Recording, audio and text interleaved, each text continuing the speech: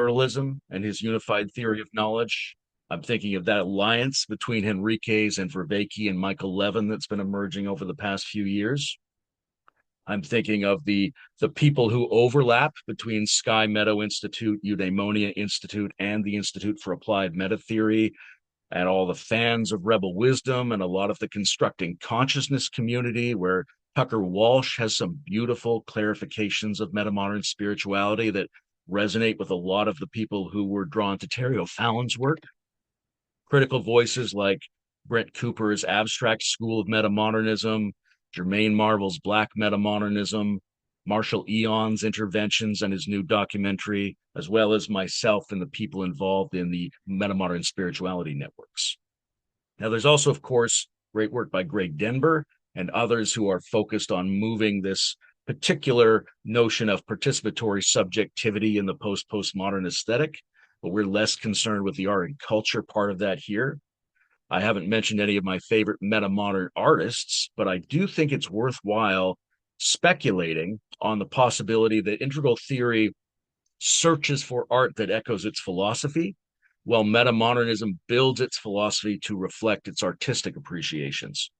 And for me, the ground zero of that kind of thinking is Friedrich Nietzsche, who I regard as a great early proponent of post-progressive philosophy that is reared in tandem with the transcendental possibilities of certain modes of artistic production. So that's a lot. That's probably adequate for an introduction. I've left out many people and I've necessarily bypassed some foundational disagreements in the field, but I wanted to be upfront about what I'm thinking when I think metamodernism. So there's a bit of an introduction. Where do we want to go from there? Great, thank you so much, Lemon. That's really, really fascinating. And just a couple of things that strike me are that you come from a world of meta-modern spirituality. So maybe you want to take 2 minutes just to kind of counter the discussion that happened earlier, both by Mark and by Ken, which really, as you pointed out at the beginning, seemed to be taking on a Hansi Freinacht strand of meta-modernism, which perhaps is more devoid of spirituality than other strands, is what I'm hearing from you, if I'm hearing correctly. So maybe you want to just take a minute to respond to that.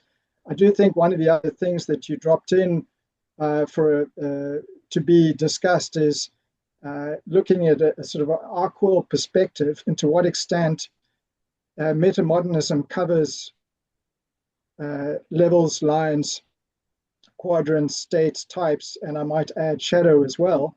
And perhaps that's something we can get into. So if I may, I'd just like Layman to respond in the meta-modern spirituality part. And then if everybody's happy, I'd like to hear Ken's reaction to what Layman has said. Ken, are you up for that? For about 10 minutes before we sort of open it up for general dialogue. Sure. Great. Okay, a couple of thoughts on meta-modern spirituality. I think it's much more strongly represented within the in-person communities and networks than it is within specific books of meta-modern theory.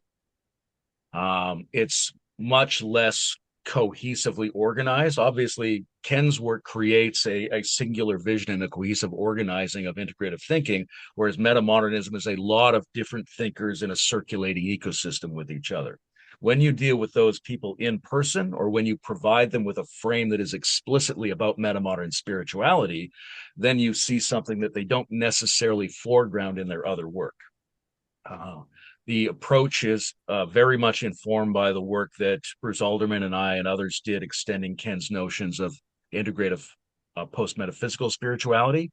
So there's a way that it's much more practice focused. It's much less oriented towards specific claims about the givens that are normally circulated in spiritual discourse. But if I go into a space around metamodern spirituality and I say, put your hand up if you have a dedicated subtle realm practice, hands go up. You have a dedicated consciousness practice, hands go up, right? These people are coming in from all over with a rich but diverse background of interest in these things. There's a tremendous hunger among people who are interested in metamodernism as an open way of thinking about the new cultural movement. But those people also, many of them, have strong, dedicated spiritual practice, but that hasn't fully constellated as part of the explicit theory yet. That's part of the work we're doing with metamodern spirituality. It's definitely there. It's not as schematically and structurally and comprehensively laid out as we have in the integral model, but I would argue that most of the parts are in play. However, an explicit meta-modern theorizing of states is probably the weakest element of meta-modernism as far as I'm concerned, and as far as what those people are asking me to try to help them get to. Thanks very much, Lemon. Ken, would you like to pick up on any Sure. threads that Mark, you bring out the fact that there's not a lot of writing in metamodernism about metamodern spirituality. And I would agree with that. And I would just like to encourage them to start writing about it because I have no way of interacting with a group unless I go to the group, and I'm not much for travel nowadays. So that's not going to happen. So I'm going to be able to respond to meta-modern spirituality only if I read something about it. So please encourage um, your many followers to start thinking about how they would write about spirituality. Okay, we Brendan Graham Dempsey and I are composing a book explicitly about metamodern spirituality. So Great, uh, you stay alive, and we'll get you that book. great.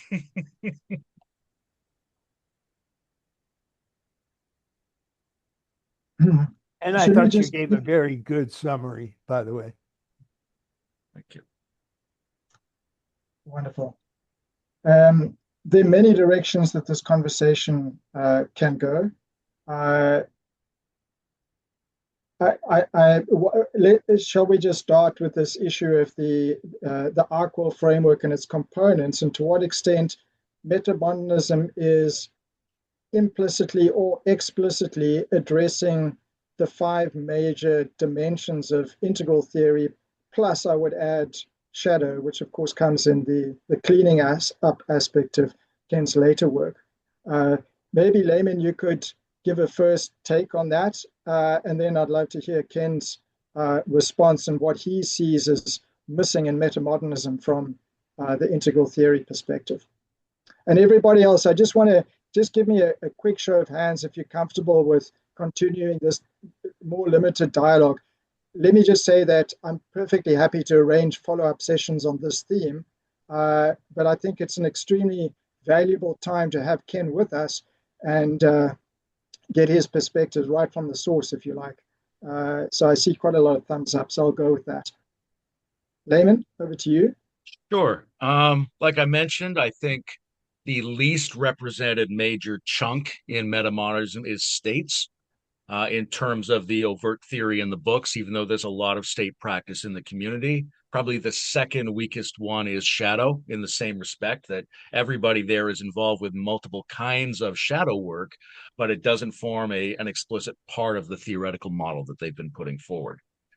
There is a lot of focus on developmental complexity and the sort of initial idea in meta-modernism where they started to think about the relationship between modern and postmodern and a circulation between those because somehow they were both valuable. That's an initial wave. And then the second wave of meta-modern thinkers looks at that and goes, well, yeah, there's got to be, we're looking at that from somewhere. And also there's several things prior to modernism that we also have to be circulating between. So there is a pretty robust sense in a number of meta-modern thinkers about emergent overall complexity, about a trend line in the cosmos, and about specific movements between layers of complexity within individuals and between like socio-cultural operating systems and value systems of various kinds. They're pretty strong on that. When it comes to the quadrants, there's a couple different ways they take it. I think there's a lot of first, second, and third person literacy in these communities. Many of them lean on John Vervaeke's four types of knowledge, his four types of knowing, which are not exactly the same as the four quadrants, but you can do I've been with Vervaeke and done a pretty close mapping between the quadrants and the four types of knowing. There's not a strong typological clarity, but I would argue typology is probably the weakest element of the Aqua model as well, which is we just don't have a lot of the information we need to make really robust typologies for human beings at this point. So that's basically it. I would say they're really strong on they're pretty strong on developmentalism. They're pretty strong on multi-epistemic zones. They're personally pretty good on shadow work and states, but not explicitly in the theory. And I think we're all not where we need to be on types. Great, thanks very much. That's super useful. Ken, what's your perspective on how well our world is addressed by metamodernism? Um, well, what I find as I look at my work and its reception overall is that very frequently when people read one of my books for the first time and they haven't really had much exposure to integral types of thinking, they generally, many of them get very excited by it. And of those that get very excited, I'd say there's about an 80-20 split. 80% of them get very excited and start writing about their understanding and their interpretation of what integral is. And frankly, I see that as mostly what metamodernism does. But the 20% thinks that this is so great, they themselves must have invented it. And so they will start coming up with, well, I've got this new way of thinking about stuff, and it's got waking up and growing up and opening up and cleaning up and showing up. Um, and that's where I start to get a little crazy, um, because it's not even that they're doing it, that they're sort of involved in heavy plagiarism. It's that they're doing it so badly. When they think they invented it, what they say they invented is not what I have in mind. And so I get a little bit confused or even possibly slightly upset on this 80-20 population. And of course, there's some of that in metamodernism, but not that much. I mean, I find them actually considering that they're, in essence, a reaction to integral meta theory, that their reactions are fairly accurate. They leave out stuff, but the stuff they include, they generally do a good job of including it. And sometimes they'll bring new insights to that area that I hadn't thought of myself. And I always appreciate those. But as for my writing, including a lot of what has been generally and badly called perennial philosophers. The perennial philosophy, as the term is generally used, is called perennial because it shows up everywhere and at all times in history. And this is true. But I don't like the term perennial because it doesn't emphasize the evolutionary nature of true integral thinking. Because integral thinking started out with an emphasis on magic, and then it moved to an emphasis on mythic, and then an emphasis on rational. And then today it's an emphasis on green. Um, and that's almost always disastrous. Um, but very rarely do they get to integral stages. So I include a lot of the work of so-called perennial philosophers. So Rene Guénon, Aldous Huxley, Alan Watts, those types of people. Um, and as Mark mentioned, particularly in my beginning works, you could find an enormous amount of references to all of those perennial philosophers because I was coming off of a very deep study of all of them. and I thought their work was incredibly important. Um, and especially if you read somebody like Aldous Huxley or Alan Watts, you get the real hit about how this is a universal agreement. And that was really important to me because so many philosophers spend their time criticizing all the other philosophies and why they're all screwed up. Um, and it's not that I disagree with a lot of what they say, but they're not very good at including why these other philosophies became important major philosophies in themselves. What was the good stuff that they were bringing? And let's talk about that. And that was mostly what I would work on. And again, if I criticized a perennial philosopher, it was because I thought they got something really wrong. And so I would go into what I thought was wrong about their work. But if I didn't mention them, it was because I pretty much agreed with everything they said. And that included people like Aldous Huxley and Rene Guénon and Marco Paulus and Alan Watts and people like that.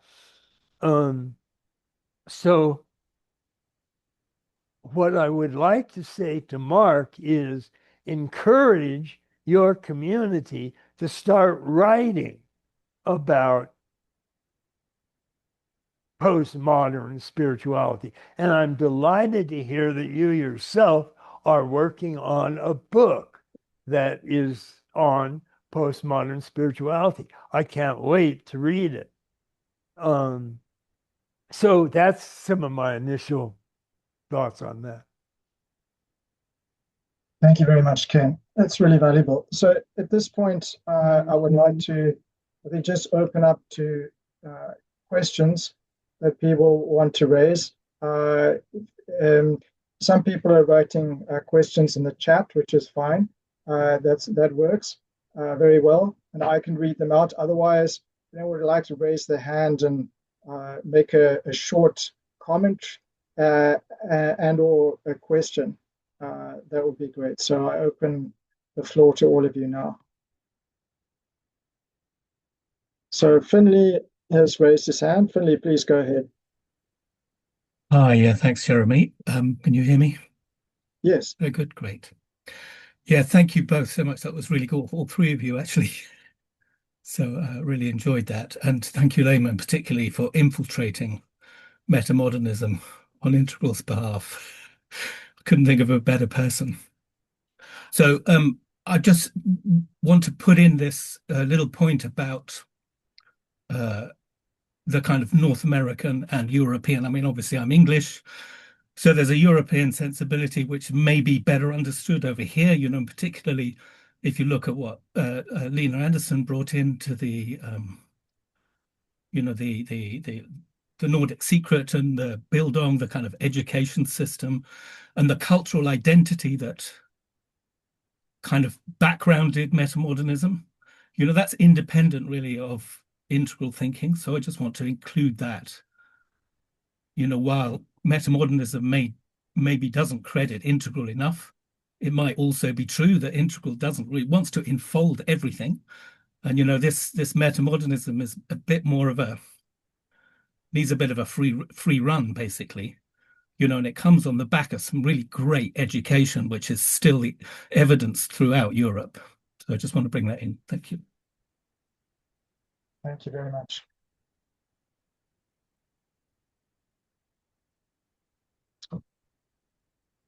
Anyone else?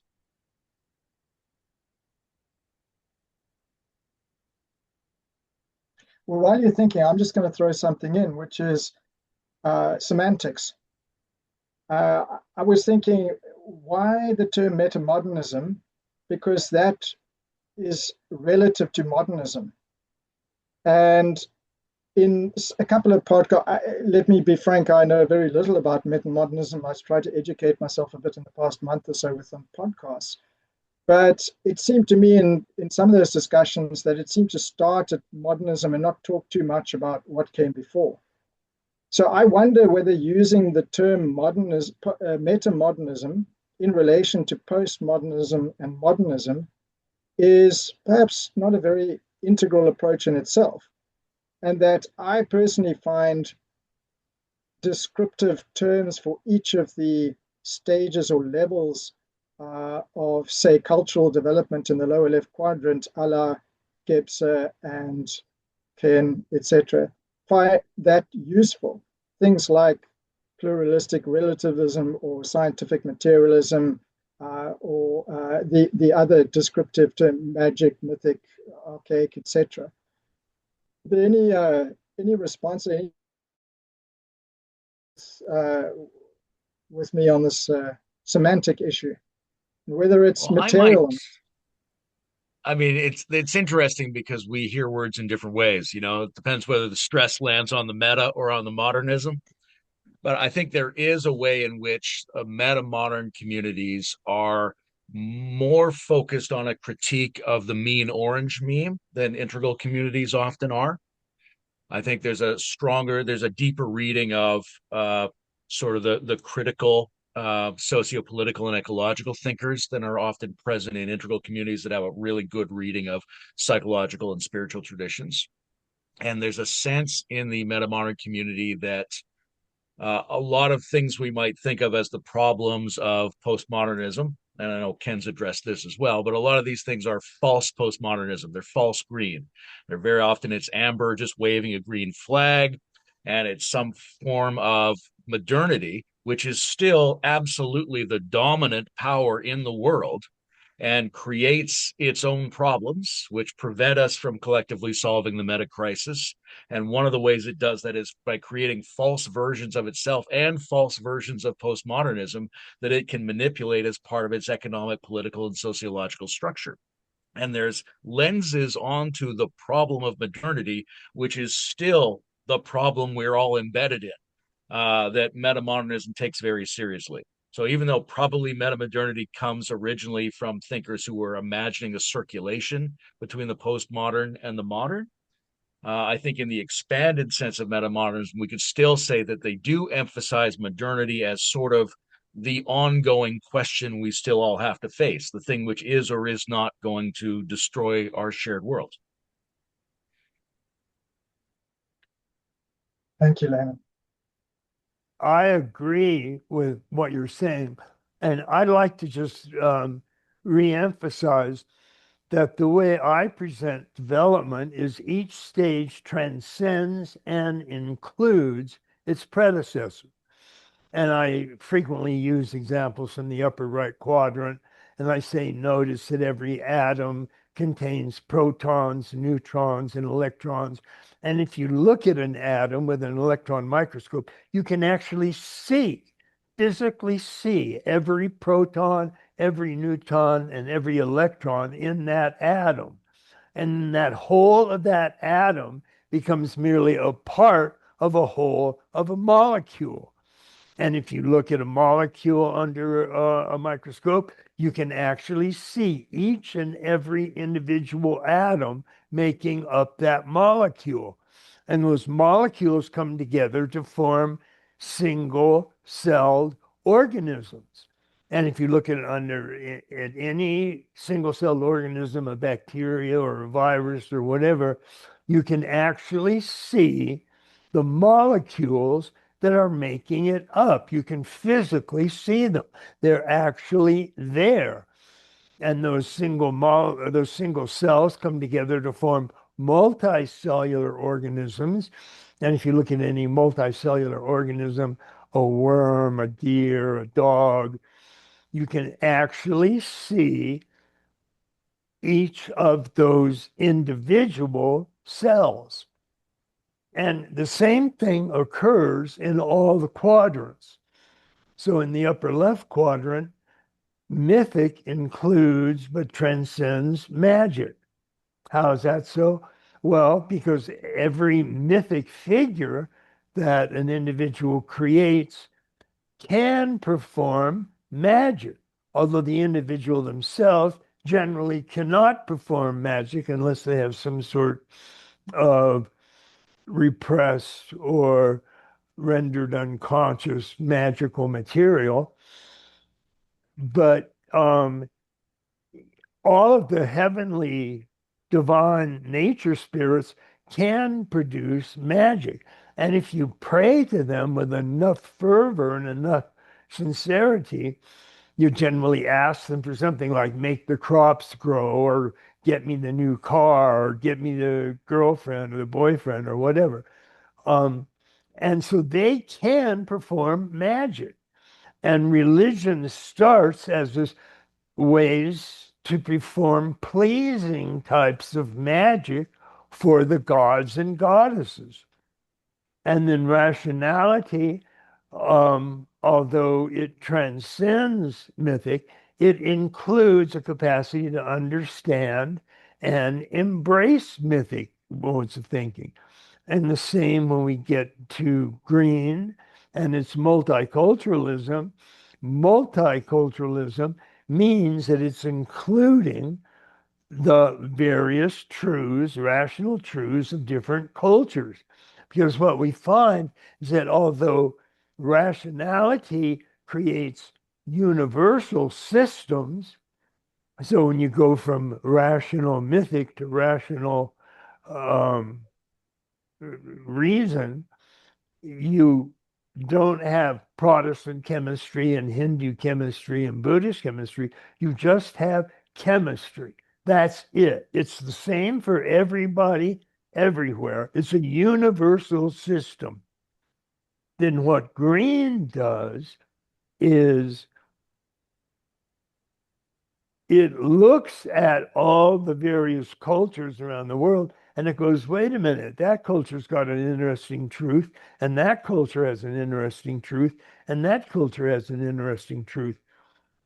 And what it'll tend to do is try to include as many of those cultures as it can. But that's not very many because green doesn't have an integral capacity for embrace or synthesis or inclusion. But the first stage of integral, what I call teal, that does have that capacity. And so teal is often called by developmentalists the paradigmatic stage, because a paradigm, as Thomas Kuhn explained it, is a unification of several different types of systems. So, for example, where rationality produces biology and chemistry, teal or multiculturality will produce biochemistry. It's uniting the biology with the chemistry. And so on when you get to turquoise, and there's a fair drop off, or rather an increase in the inclusive capacity. So what you get with turquoise is often called cross paradigmatic, because what turquoise does is take all of the numerous paradigms that teal has created and it draws them all together into unified wholes. And you say, well, what's an example of that? And I say, well, integral meta theory is a good example of a turquoise integrated system because it claims to embrace an enormous number of various philosophical systems. So that's an important thing. And with regard to meta-modern and the semantic question that was opened up, that cross-paradigmatic meta-modern approach is indeed attempting to include not only all the forms of meta-modern, but, and it's a little bit weak on this, it wants to include magic and mythic forms. And since you're focusing on modernity and meta-modernity, you tend to sort of forget some of the earlier stages of development. They play large roles in my work, particularly when it comes to shadow elements, because shadow is created when some aspect of the mind is split off and repressed, and that generally happens in younger stages of development.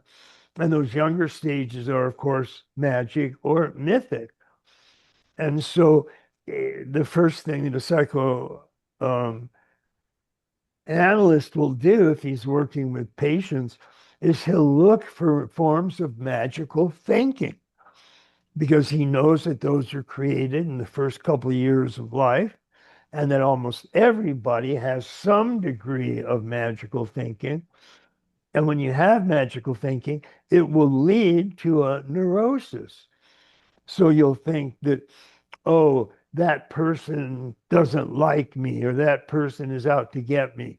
And that's a delusion. It's not true, but you believe it's true because you are projecting your magical beliefs onto that person. And so the psychoanalysis will look for those magical modes of thinking and bring them forward, make them conscious, make you aware of them. And so you'll stop projecting them or pushing them out of your own mind. Um, so I would recommend that metamodernism pay a bit more attention to magical and mythical forms and don't just jump to modernism and its meta movements. Um, and that's what I would say on that, I guess. Thank you very much, Ken. Birgit, you were next in line for a comment or question. Thank you. I just wanted to add my 5 cents to the semantic question of yours. First, I think meta is just used as a catchy marketing word for relating to the meta crisis. And I think that that's one of the major reasons why they use it, but I have no proof for that. And second, I was putting in the chat already like a quarter past start, what time ever you are. That transmodernism, I like the word transmodernism, and why wouldn't we just add that or implement or fill that word? Not post like the after meta-modernism to really focus on the pre-trans um, mix-up which they have. Thank you. That's from me. Thank you very much. Thanks, Birgit. Yeah, I would just say, in addition to hi, Birgit, nice to see you. Um, I think a lot of it just is aesthetics. Like, I think is there's a problem. We had a discussion in terms of thinking about the name for icon around what we mean by post-tragic worldviews, right? And really, what we're trying to say is trans-tragic worldviews, but somehow post-tragic sounds catchier. Same with transmodernism. I think that's technically a more accurate description, but meta-modernism has an alliterative quality that strikes people's ear a little more nicely. So we're sacrificing some accuracy for catchiness. Yeah, All and right, thanks for all that of response. them, keep in mind, um, are focusing on the modernism and that you're going beyond modernism, but they don't focus on magic or mythic forms of thinking, which are present in everybody's mind and certainly in everybody's neurosis or even psychosis. You're going to find an abundance of magic and mythical thought forms. So it's just the problem you get when you focus on one stage, or you call that stage post magic or post mythic or postmodern, transmodern, meta modern. The focus is on modern. And that's what people are going to focus on when they catch on to the snappy soundingness of metamodernism. If I can just add one comment to that before moving to drug power, I wonder whether the European roots of metamodernism predispose it more to this relative downplaying of pre-modern uh, thought forms, value structures, paradigms, relative to, for example, what might happen in an African context. I'll just put that out there. But right now I want to go to drug power, just because there's less presence of tribal cultures, etc., in Europe than there is on some of the other continents. Drug power. Well, thanks, friends. Thanks, Mark. Thanks, Layman. Thanks, everyone. Big thanks to Ken. Awesome you're here. Really can't Thank say you. enough about the contribution that you've made. And so big, deep appreciation. I appreciate that. Yeah, for real. So I have like 4 quick points. They're kind of related to metamodernism, of which is like, as Layman outlined, is like a very diverse, multifaceted thing. But also kind of related both for metamodernism and for Wilberian integral as well. So the first quick point is to the branding issue that Mark brought up earlier, and that's integral's been around for a lot longer than metamodernism, so it's had decades to be applied correctly and be misapplied and partially applied. So there is a branding issue around a bunch of so-called spiritual teachers tanking communities, and they've been strongly identified with integral. That's just an elephant in the room. Mark, you've addressed it. It's not a new elephant in the room. Number two is kind of more related to deep reading, taking a quick dive off a cliff now in general globally. So in addition to text-based theoretical models like this second person, intersubjective, interactive, freeform creative space, that's just going to be more and more relevant for every single community, integral as well as metamodernism. That's just a challenge we all, most of us probably personally and interpersonally are going to have to face. Like, we need the text-based stuff because in the centuries, it seems like the text, like the more literal stuff is actually what sticks around, like stone tablets and books, and digital everything has a very quick shelf life. So that's an issue that both communities, or we all kind of have to deal with. And to Layman's point of more in-person, interactive, spiritual practice, free-form play, creative cross-hybridization, that's kind of on the like also youth innovative initiative kind of impulse of metamodernism being newer, fresher, younger. It has that as a more of an emphasis already. And again, Integral's already had so many in-person events over decades, right? The third point is kind of a line more of like in my Tibetan Buddhist or Vajrayana context, and is kind of like along the lines of more like Sean S. Bjorn Hargen's inquiry, who's like a deeply appreciative and like long time committed integral person being. And his one of the points, and this is again a dual challenge for both metamodern and Wilberian integral, is his emphasis on ontological pluralism, where he gives deep appreciation for epistemological pluralism, methodological pluralism, but he's really putting a highlighted emphasis on ontological pluralism.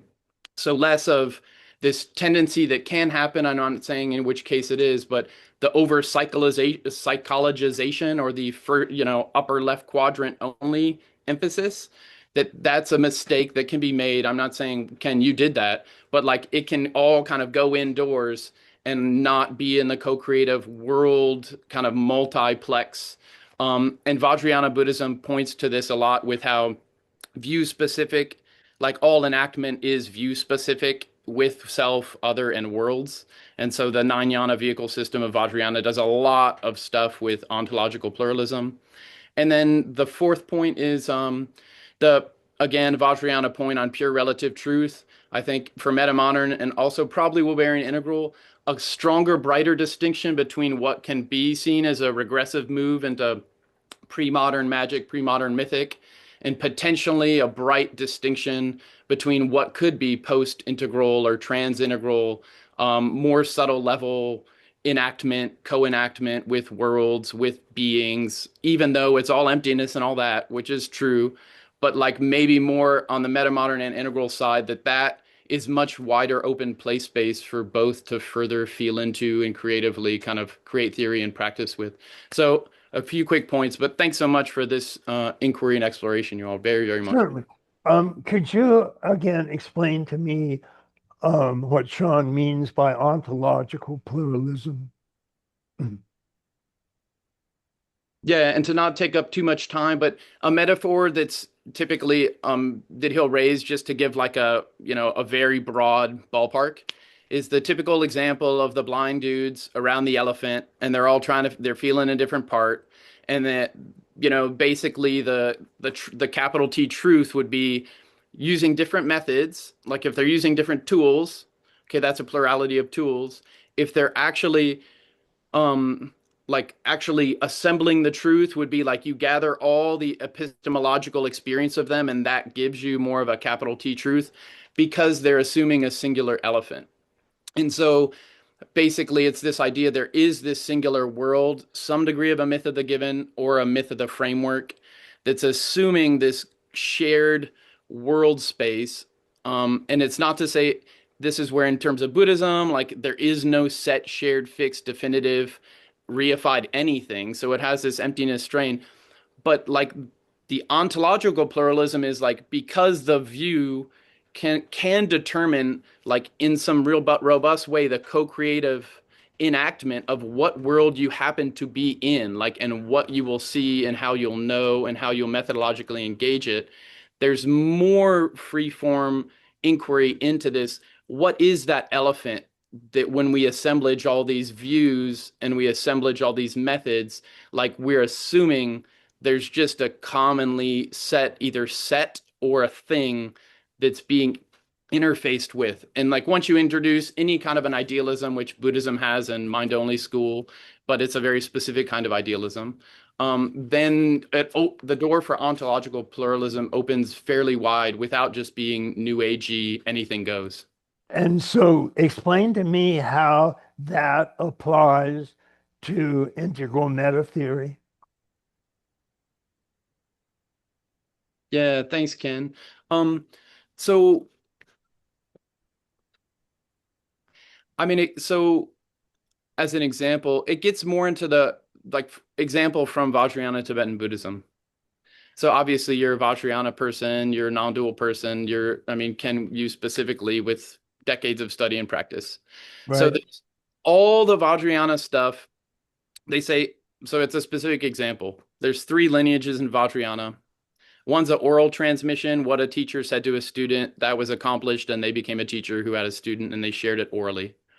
The second is this entire Terma revelation tradition, which is supposedly came from Guru Padmasambhava in the 8th century, and it was hidden in space by his wisdom awareness that was guarded by invisible beings like Dakas and Dakinis and Dharma protectors, and then was revealed later at a designated point by a Turton specifically aligned. So anyway, there's a lot of subtle level things here that's all considered terma.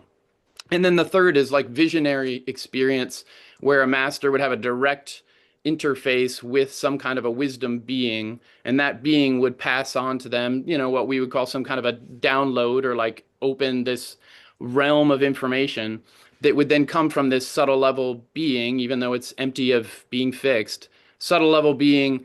And so the 2/3 of all of Vajrayana Buddhism, Terma and pure vision lineage, are I think oftentimes put in a bucket that's just pre-modern superstition. But then for specifically for Tibetan Buddhism, that means 2/3 of Vajrayana Buddhism aren't allowed to be seriously entertained as, you know, actual worlds or like have any ontological robustness because they're immediately seen as childish projection like Santa Claus kind of thing. And so that's different people handle that differently, but that's as an example of like what could be lost by not having a little more openness around what is this co-creative interface of the self and the other in the world. Yeah, I get that. And let me confess right up front that one of the main difficulties I've had when I write about Vajrayana Buddhism, and you're right, I'm very much a practitioner of Tibetan Buddhism, and I have been for 20 years. Um, but I would always have a great deal of difficulty distinguishing magic and mythic elements that have crept in from the real stuff. And as I say, I acknowledge that. But again, generally, the areas that I agree with in Tibetan Buddhism are not ones that I necessarily go over because I agree with them. But it's been a real problem for me. And I mean, I might actually write a specific paper on that issue be, because it's come up for me, as you can imagine. Um, and although I think on balance, what I've said about Tibetan Buddhism is fairly accurate, because again, if I'm agreeing with something, I'm not necessarily going to go over it. But as I'm explaining what Tibetan Buddhism is, I'm of course having to go over areas that I agree with. So, and I've done that. And I think again, on balance, it's fairly accurate, but it is an issue and it has concerned me. So, I can relate to what Sean is saying. Yeah, I Thank know you, this Ken. is I'd part like of to an go. ongoing discussion between you guys and Yeah, I'd Hi like to Pema. go to. I just I'd thought I'd like to. leap in for just a quick second before we get to the next hand up and say that I think Sean's ontological pluralism is essentially baked into the integral model in ways that, like, yes, there's an interpretive dimension to all the experiences, but at turquoise and higher, everything is a one many, and we should be thinking of it as tetra ontological, right? There's a Right, tetra epistemology to the quadrants, but the states are there, and they're not just subjective states of consciousness. They are right, multiple ontologies. right. That's right. That's a good point. Thank you. Thanks, Lehman. Tom, please far away. Yeah, thank you. I wanted to express appreciation, followed by a comment about our process, even today. And the appreciation, thank you very much, Layman and Mark, for taking up this challenge today and bringing us this mind candy. And we're all loving Ken's present here to be able to respond. My comment comes from my clinical training, trained analytically and systemically as a clinical psychologist. And this whole idea of examining our shadow and unconscious, we really need to appreciate how much in the infancy we are in our ability to do this, even now. Because when Layman mentioned the dominant um, narrative today is modernity, I wonder, even as we communicate today, how aware are we of what developmental level we're tapping as we participate? So it's not just intellectual differentiation, it's the ability to realize in what moment, what are you tapping to participate in this intersubjectivity? So that just struck me when Layman had mentioned that point and how important it is to move it from a real embodied level of participation rather than just as an intellectual discourse, which I'm still loving. Thank you, everyone. Thank you. Um, yeah, let me say something about that. I think your point is very well taken, which is we have really just scratched the surface of shadow material. Um, and I know when I got into it, I really, my first books almost always had a subtitle that had the term transpersonal psychology. So for me, was a transpersonal psychological view of evolution, and Atman Project was a transpersonal investigation of development and so on. And I got very, very deep into psychological approaches, and not just all the greats like Freud and Jung and Alfred Adler and Otto Rank and all of them, but also into their writing styles and what language they wrote in. And I remember one of the biggest shocks I got was when I was studying Freud's work. And I realized that Freud himself, although, for example, he very famously was once asked, "What does this new psychoanalysis of yours do?" And Freud said, "Where id was, their ego shall be." And most people know the terms id or libido or ego from Freud because he introduced them. Or more correctly, his official translator, James Strachey, introduced the terms ego and id and so on.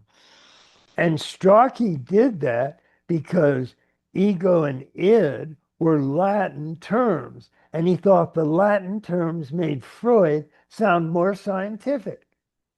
So he translated all of Freud's works. What terms did Freud use instead of ego and id? He used the actual German pronouns. In English, we call them first person, second person, and third person. So first person is the perspective of the person speaking. So it's I, me, mine, stuff like that. Second person is perspective of the person being spoken to. So that's a you or thy or thon. And third person is the person or thing being spoken about. So that's a he, she, they, them, it, or its. And so when Freud was asked, "What does this psychoanalysis of yours do?" he did not say, "Where id was, their ego shall be."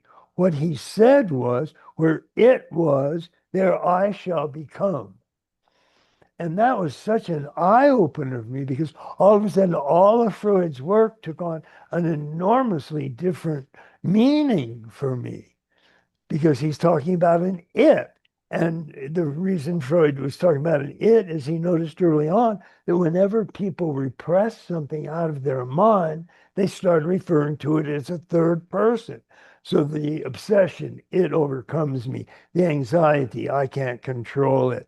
The compulsion, it's killing me. And the term for ego, which in Latin is well, ego, was the I. And that's what Freud would sue. So when he said, "Where id was, their ego shall be," what he really said, what he literally said was, "Where it was, their I shall become." And that was fascinating. Um, and it let me particularly get a good sense of what Fritz Perls was doing at Esalen Institute. And as I'm sure you know, Esalen was the world's first growth center.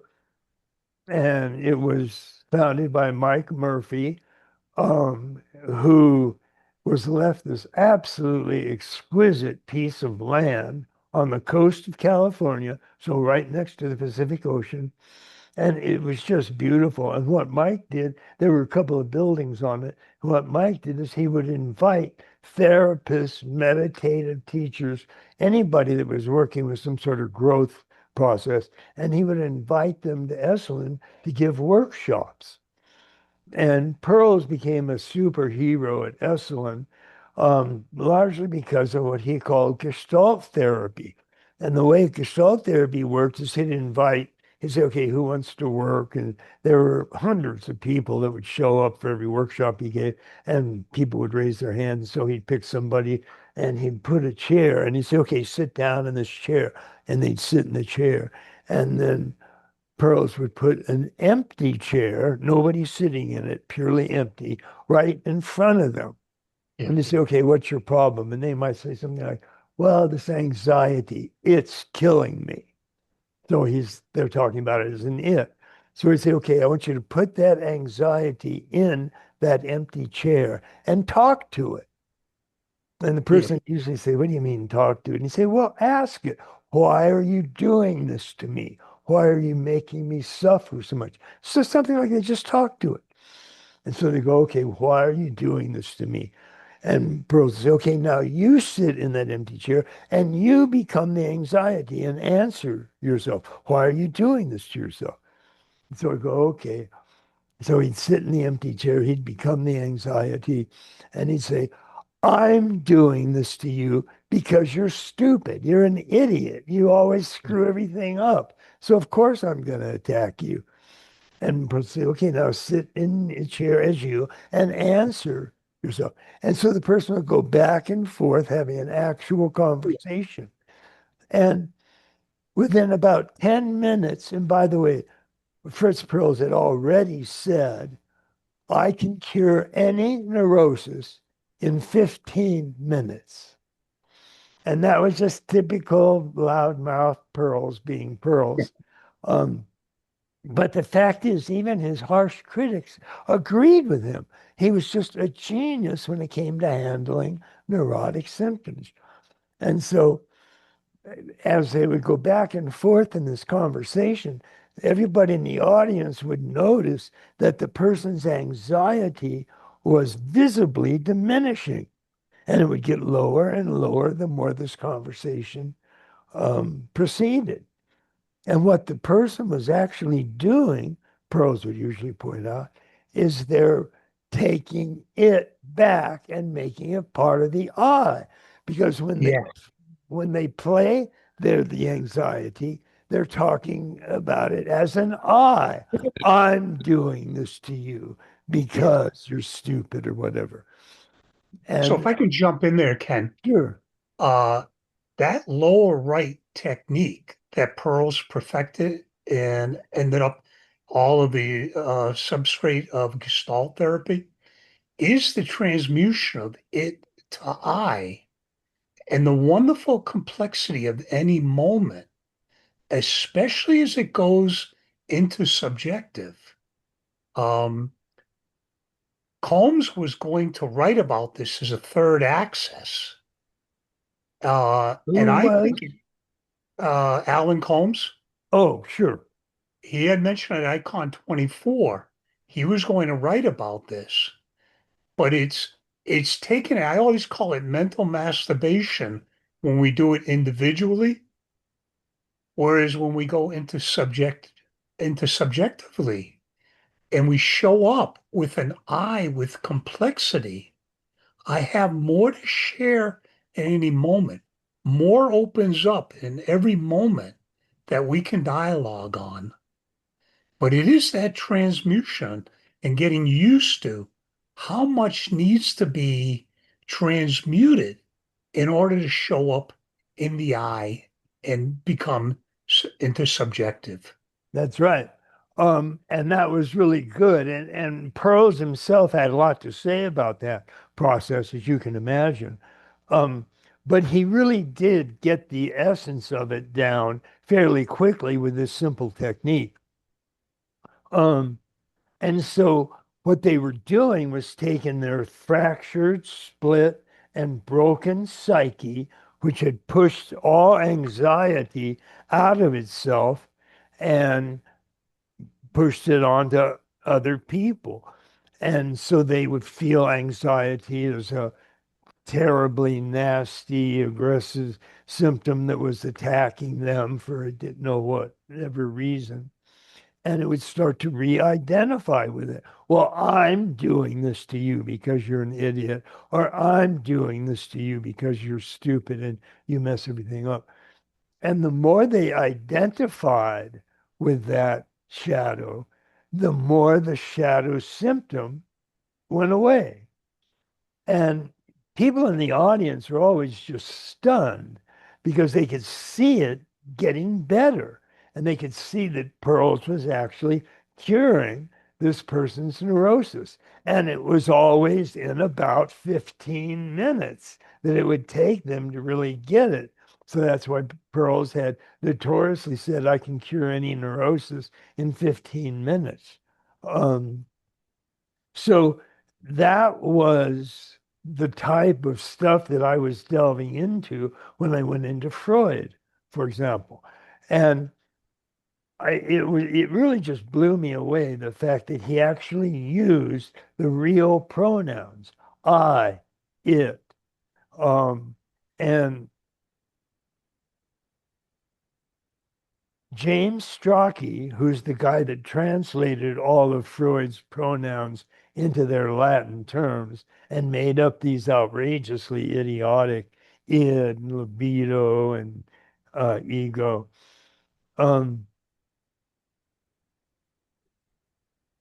So I'll take from that, Ken, that we should all learn German and other languages so that we don't fall into these traps Yeah. of mistranslations.